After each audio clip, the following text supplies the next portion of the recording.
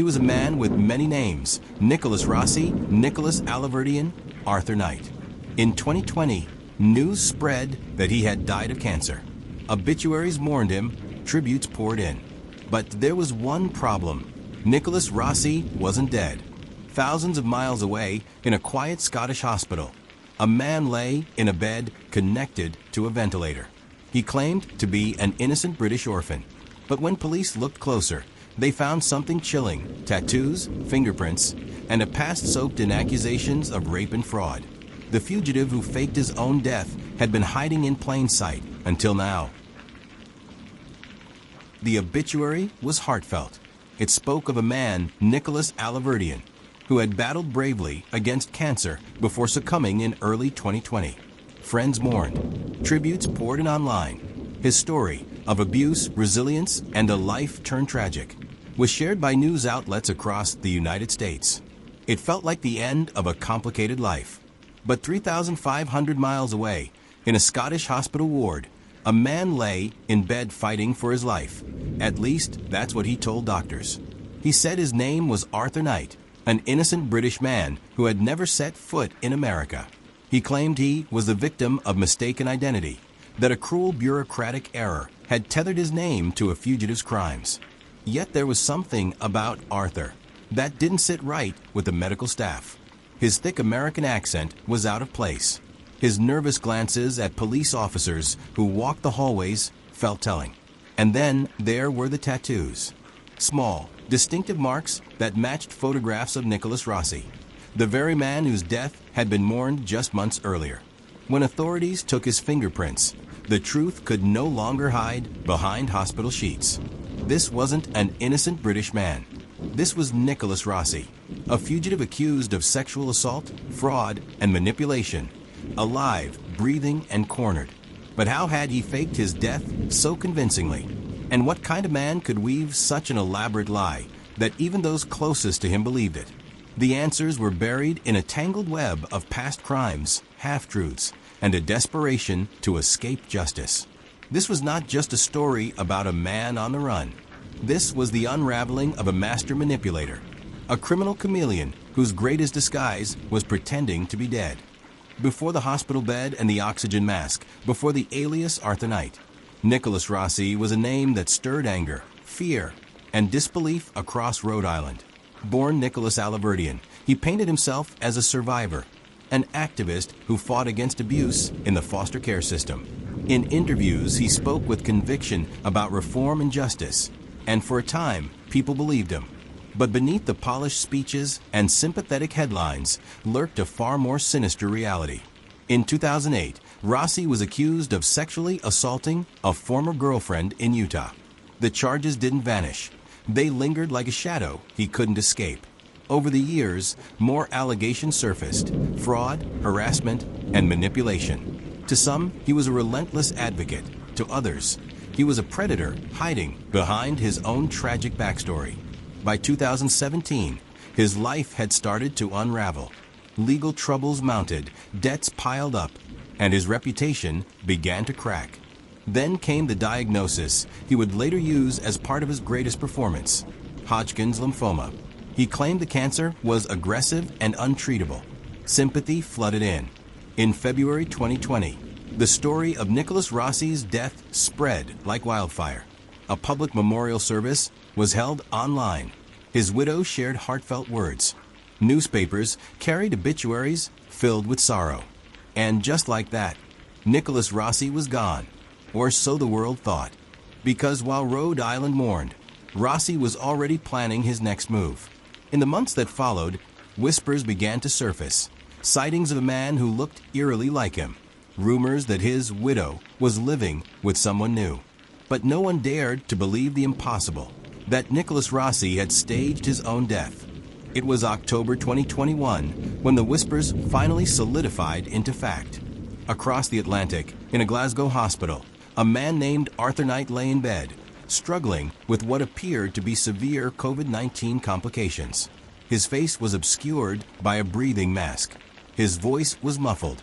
He claimed to be a quiet Irishman who had lived in Scotland for years, a victim of mistaken identity. But the nurses caring for him couldn't shake the feeling that something was off. His mannerisms were odd. His accent felt forced, sometimes slipping mid-sentence. And then there were his eyes, sharp, calculating, scanning every visitor like a man expecting danger. When Interpol received a tip, Scottish police acted quickly.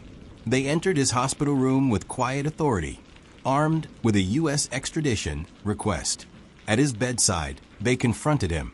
"You're Nicholas Rossi." The man shook his head, insisting they had the wrong person. His wife, hovering protectively nearby, chimed in. "My husband has never even been to America." But fingerprints don't lie. Neither do tattoos. On his arm, hidden under the hospital gown, officers found a distinct tattoo, a match to Rossi's police records.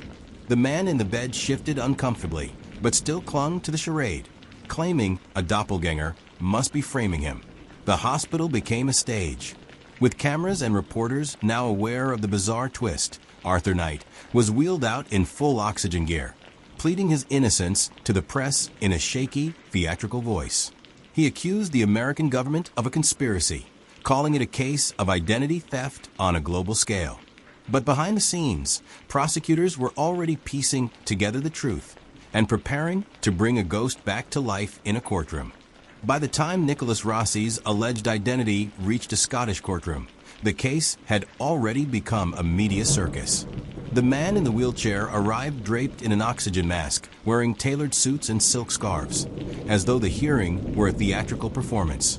His wife, ever present, guided him into place, whispering in his ear before the judge entered. From the start, Rossi's defense was pure drama. He insisted that his real name was Arthur Knight, that he had never set foot on American soil, and that this was all the result of an elaborate conspiracy between the FBI, Interpol, and the British government. He accused law enforcement of harassment, claimed his fingerprints had been forged, and even suggested his tattoos had been mysteriously copied by someone else. Prosecutors, however, arrived prepared. They presented not only fingerprint matches, but photographs, witness testimony, and medical records from Rossi's time in the U.S., records detailing his previous arrests and his alleged crimes.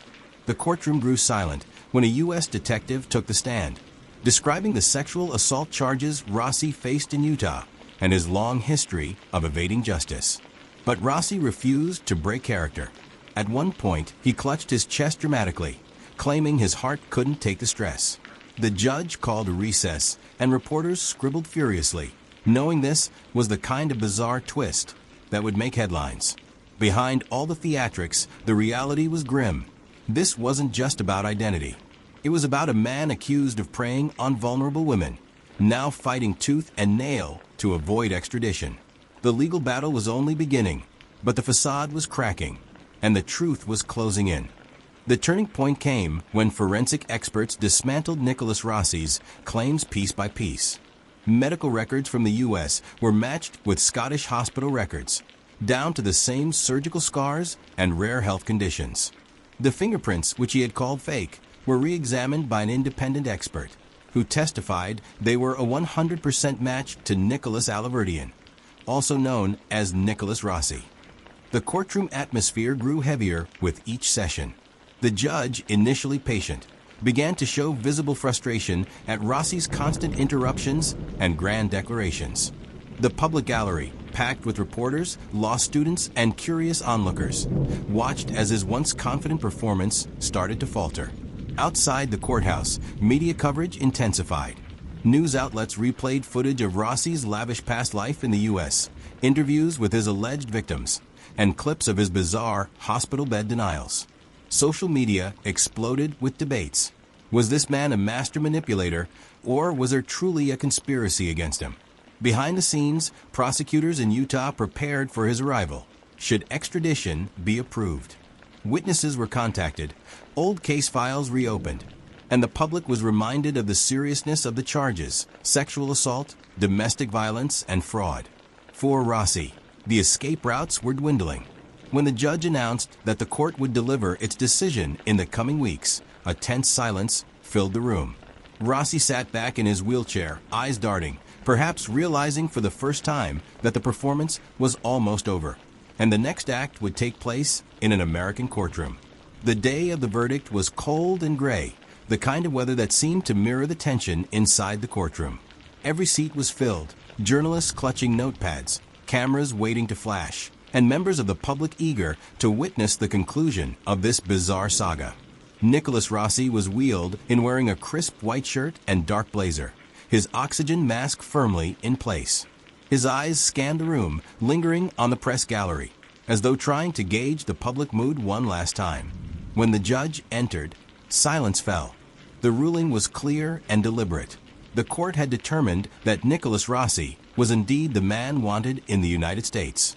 His claims of mistaken identity, his accusations of conspiracy, and his pleas for protection had been weighed and found wanting. Extradition was approved. For a moment, the man who had once woven elaborate lies sat perfectly still. No outbursts, no theatrical protests, just a long, hollow stare. Behind him, whispers rippled through the crowd. The facade had cracked, and for the first time, he seemed utterly alone. Outside, reporters scrambled to go live. Social media lit up within minutes. Headlines screaming "Fugitive unmasked" and "Nicholas Rossi faces justice." In Utah, prosecutors released a statement assuring the public that once Rossi set foot on American soil, he would face the charges that had haunted him for over a decade. As the courtroom emptied, one of the detectives who had pursued him for years quietly remarked, the mask was never going to last forever. And indeed, the man who once thought he could rewrite his own story now had no choice but to face the ending written for him. For more gripping true crime cases like this, make sure to like this video, subscribe to the channel, and turn on notifications so you never miss the stories that the world can't stop talking about.